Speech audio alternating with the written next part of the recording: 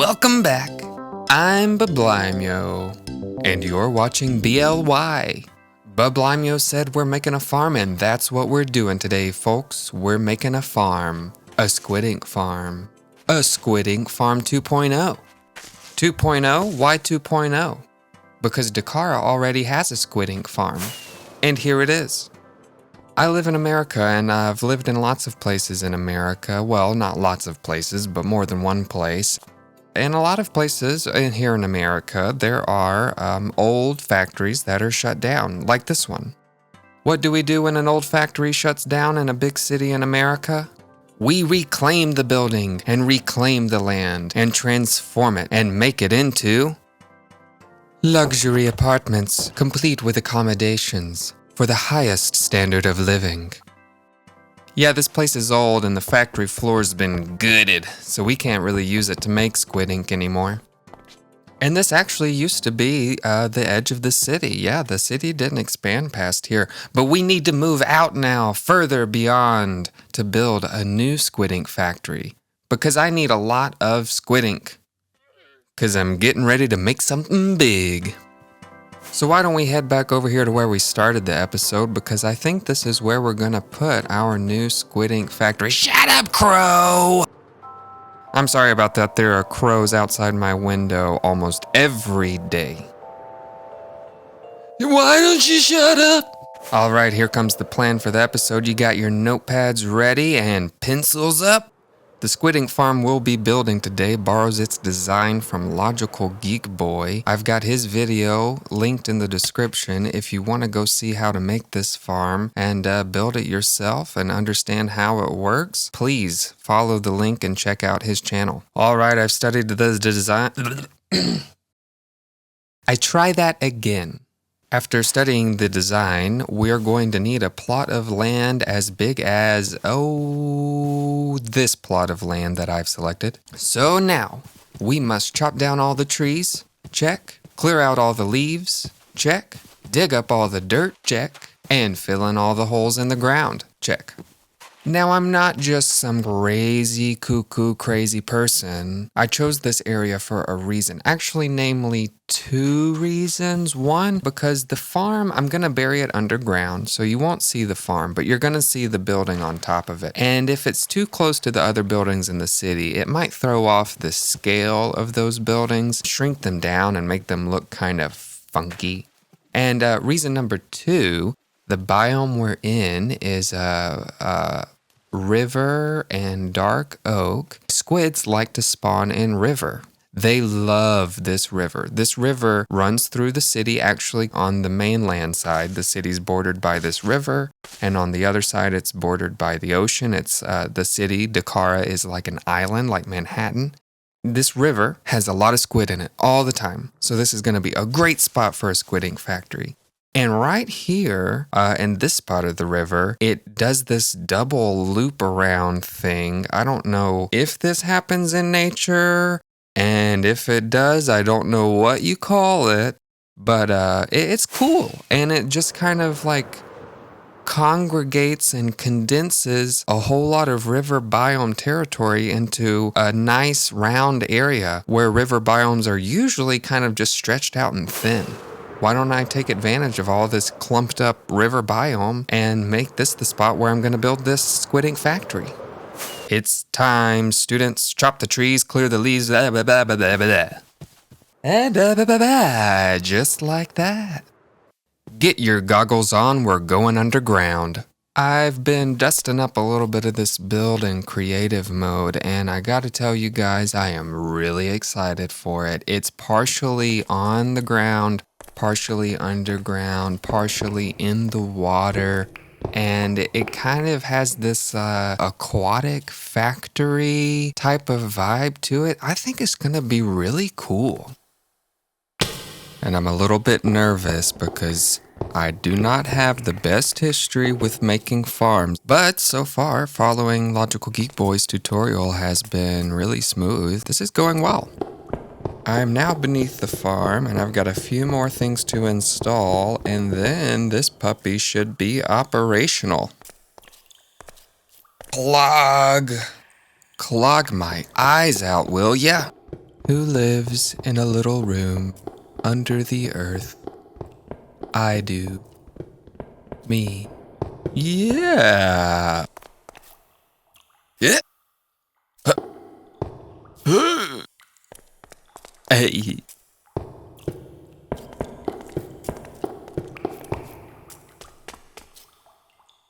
It's time to kill the lights. Well, this is find the torch in the sizzling hot lava. Yeah. Hey-ya.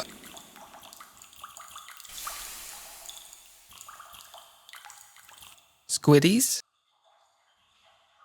Come to me, my squid. Oh, look at all the Ritas. Hey. Hey. I have become porcupine. Oh my gosh, there's so many. Here's my spot where I stand, and let's just peer over the edge. Do you see squid? Do you see squid? Oh, yeah, I saw it. Here we go. Ladies and gentlemen, blobs and ghouls, we have an ink sac. That's right, the Bub farm is working. Bub made a farm that works, and there's witnesses because you're seeing it too. That's right, we got squids. Glow squids. Did I forget to mention that we were making a glow squid ink farm? Bub already made me a black squid ink farm. Matchstick Bub. The other Bub. I'm Bub. Bublimio Bub. And he's Bub too. Matchstick Bub. So we can already go to that farm that Bub made for us to get black squid ink. It's an ocean temple farm. I'll take you there now. Let's go see. And I can't find any ink. I guess somebody took it. We're gonna have to AFK. Well, we'll do that another day. You were worried. You said, Bub, you love those squid that you see in the river in Dakara so much. They're like your pets. They're like your sons and your daughters, and you love them so much. And they're gonna go away when you build the squid ink farm because the farm's gonna fill up the mob cap of squids and they're just not gonna spawn naturally in the river anymore. Well, our farm is actually a glow squid ink farm. And glow squid and regular squid don't share the same mob cap. So my farm can pump away those glow squid all day and all night. And my pets shouldn't go anywhere. Yay! This is going so perfectly. Thank you, Logical Geek Boy. And thank you. You came to see this, and that makes me so happy. And here comes the part where Bub shines. Of course, we set ourselves up for success, don't we? This building's gonna go up one piece of history at a time. And we're gonna dig into that first piece with a bit of foundation.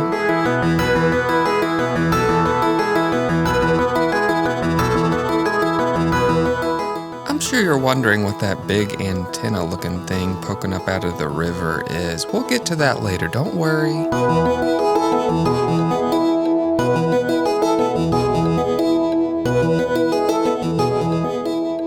I hope you're enjoying the time-lapse so far. This is the part where it begins to rain.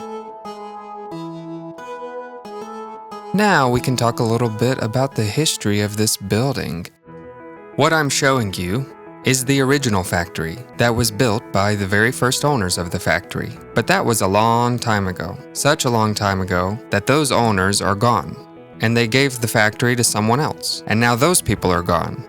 And each new owner would have had a different idea of how to take care of the building, what to add to it. And the building we have today would show that history and how each different owner had those different opinions. We see this kind of thing in real life all the time, especially with buildings like churches and cathedrals or government buildings, schools, libraries, important cultural institutions. And because people love those buildings and love using those buildings and decorate those buildings to make them beautiful, whenever those buildings change, people don't get tired and just destroy them. They live in them and keep the building around for generation after generation. That doesn't really happen with industrial buildings like factories. No one really loves that building. They just want that building to function the way the building functions to build whatever that factory builds. All right, these walls are standing tall. Let me just finish up my roofing job here really quick, and we're using a lot of bricks in this building. Bricks are a challenging block for me. I love bricks. I use bricks all the time. And I guess they're challenging for me because I overuse them sometimes. Well, maybe I shouldn't say I overuse them, but I do tend to put a lot of them in one area, and when I do that, that area can get to be hard to look at. Does that make sense? So imagine in what way a factory would show the changes that take place, considering that the owners would make those changes without really giving a hoot one way or other how those changes affect the way the building looks. What might that look like? Well, could look like this. One of the owners in this building's history said, I've got this factory and I want to build a place where boats can pull up to the factory and park underneath a boathouse. And then they said, what am I going to build it out of?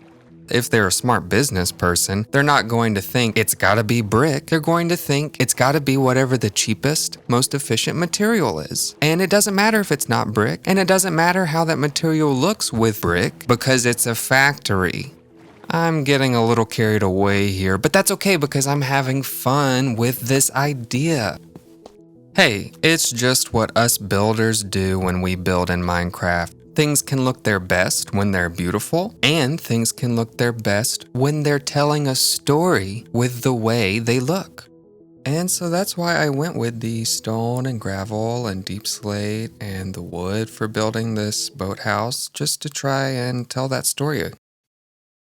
I want us to check out this window here. I'm a little proud of it. I am a history nerd. I'm not the king of the nerds, but I am a nerd when it comes to the history of architecture and design and art, especially in America, because, I live my life in buildings, and I go out and I look at these buildings, and I'm wondering, where did that come from? Wow, I did not mean to get that serious. Don't say I didn't warn you.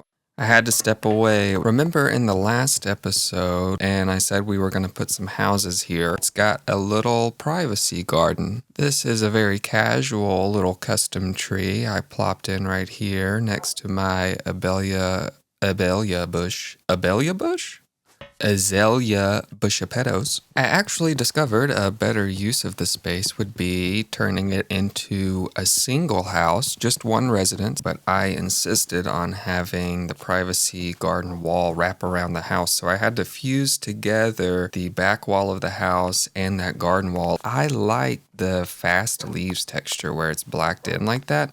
Most people don't play with that on, I don't think. But if you do, let me know in the comments. I made this home to blend in with the other buildings in the neighborhood. And for the Marina district, the inspiration is Malibu. Modern homes next to the water, a little ritzy, a little expensive. No, not a little.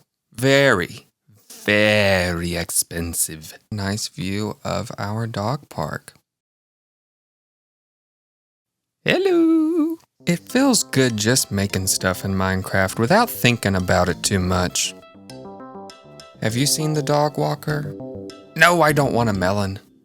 After that last check-in I had with you guys, I noticed that Leash, the dog walker, has gone missing. Have either of the two of you seen him? Oh, by the way, yeah, got these guys back there. They're in place now, and they don't seem to go anywhere. And look at this. I set up a little safety backup of villagers. I thought at least we could have this moment together to check on all of our villagers. Don't trample your crops, you fool! I thought I already fixed the dirt in here. All librarians accounted for, by the way. All 6 of them. And in we go. And yeah, he's alive and well. So let's get back out here, replace the glass, and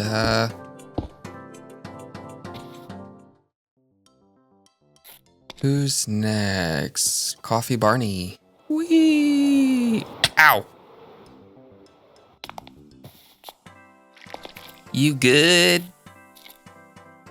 Okay, I was just checking.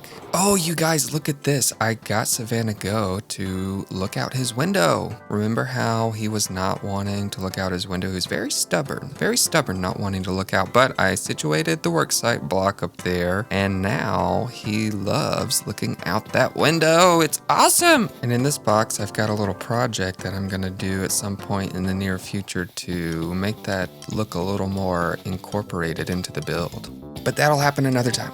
And let's go see, maybe, just maybe, Leash has returned to his life site. No sign of them anywhere. I guess they really did go missing. Kind of weird. I mean, these dogs would have protected them from any monsters. Oh, but they're sitting down. Okay, well, if I bring a dog walker to the dog park in the future, I'm going to try leaving the dogs not sitting so that they'll attack any zombies that try to get our villager. Okay, I'm adding something onto the factory. This is not part of the tutorial, Logical Geek Boy's tutorial that I followed. This is something I'm adding on. It's gonna be a collection system that will send the glow squid ink sacks up to the surface in a barrel so I can conveniently just swing by in the boat, pick them up, fly in, pick them up, and get out.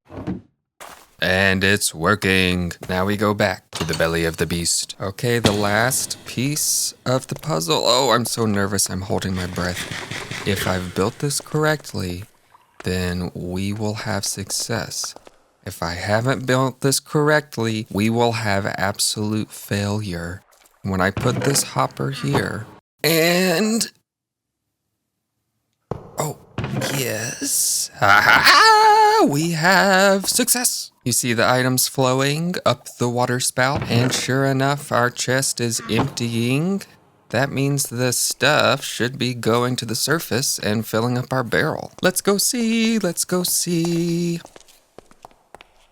Check out these little things I added into the area. I wasn't gonna decorate this area, but I just got distracted and did it anyway.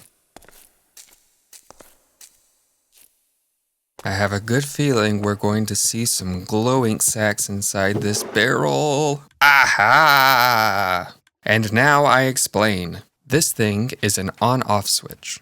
When it's on, the slime blocks connect to the wall blocks inside the antenna and become fully connected all the way down to the farm collection mechanism, which turns it on and starts running the farm. So when this thing is off, the farm is off and everything's cool. But the antenna actually does two things. It sends that signal down, and it also sends a signal out the top. And so, you know, for this part of the episode, I was going to build a decorative piece on top of the factory, but I got a little carried away, you know, how I like to do, and instead worked out this redstone Rube Goldberg machine that the building houses. The interior of my factory is not anything that fancy. The farm is actually underneath the factory, but the factory does house this redstone thing. So what is this thing gonna do? Well, it's gonna go in and it's going to trigger a few little physical events that's going to let us know that the factory is on or off. Just observe. Observe closely.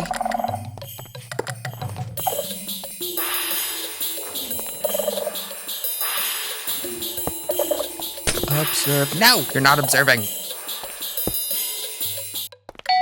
Ding. Ding. What a pleasant ding. Ding. Observe, ding. Observe.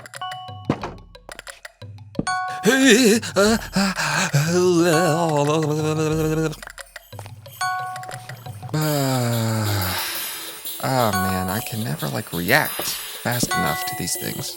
Okay, observe. Observe! Fully observed. Nicely observed. Okay, this thing is done. So when I turn it on, You can see that cord coming out of the top of it. It's going to... The antenna goes doink, the light comes on, the ding goes ding, and observe the chimney. Haha, we are burning away and farming those glow squid. The idea that led to this, the development of this crazy machine was that I wanted a way to know from a distance, like if I'm flying around, a way to know if the farm is on or not, right? Without having to go underground and check it out inside. So the idea of having that light and the smoke, you can see that from a distance and know, oops, I left my farm on. Kinda like this. Hey, I left my glow squid ink farm. Well, I can just turn it off really quick with my convenient on-off switch. Psych. Let's check the barrel. Oh, maybe I should turn it off. Well, you should be happy, bub. You did a cool thing today. Thanks, bub. I am simply overjoyed. I've got a cool farm and a cool build that I can be proud of, and I had a lot of fun making this episode. I hope you've enjoyed it too, and I love you for coming and watching my videos. Let's get one last fly over here so we can see this glorious mag. Oh, look at it. Man, that's really cool. And now we bring episode 2 of B.L.Y. to a close. Before you click off this video, if you think I've earned it, leave me a like. And to all of you sweet peeps out there, I love the support you're bringing me. And if you're digging the channel, the series, subscribe to me. B.L.Y. I will see you in the next one. Oh, and quick PS, if you like the music that you've been hearing in these first 2 episodes, I made that too, and I'm sharing it with all of you at my Bandcamp. So go check it out in the description.